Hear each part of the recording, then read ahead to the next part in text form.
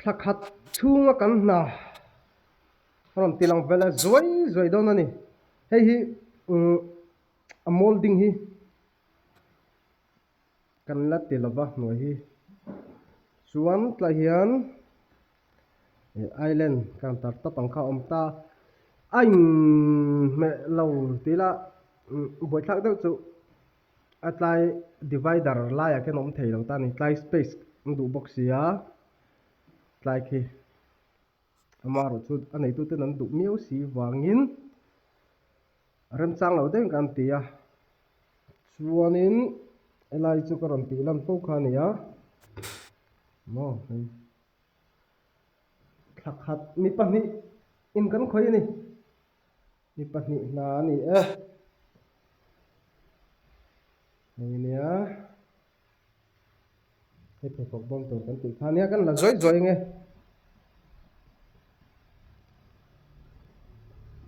ni som pathuma khang kan trana hay London anh ya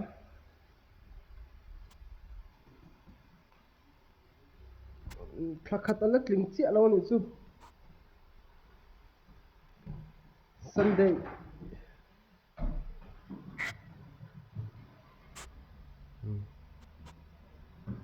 TV unit tornet line drawer lom dawn ani chuanin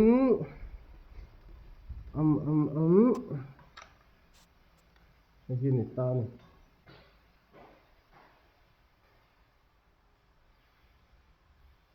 mo cái xóm phone xịt lom dawn na khắc chung kan na ni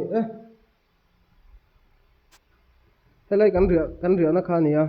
hei hi kan hma bak ani chai do kan la siam lenga chuan rong ka ani to mai tin hemi chunga hianin marble kha tla hian kan la pha lo ta mo a banga te son glass tile kan la pha lo ba chuan khi ti lai a chung cement lai a khianin wall panel kha label ka du boka chuan hun om chuan helai hian wall panel label le te ka du ani a rei don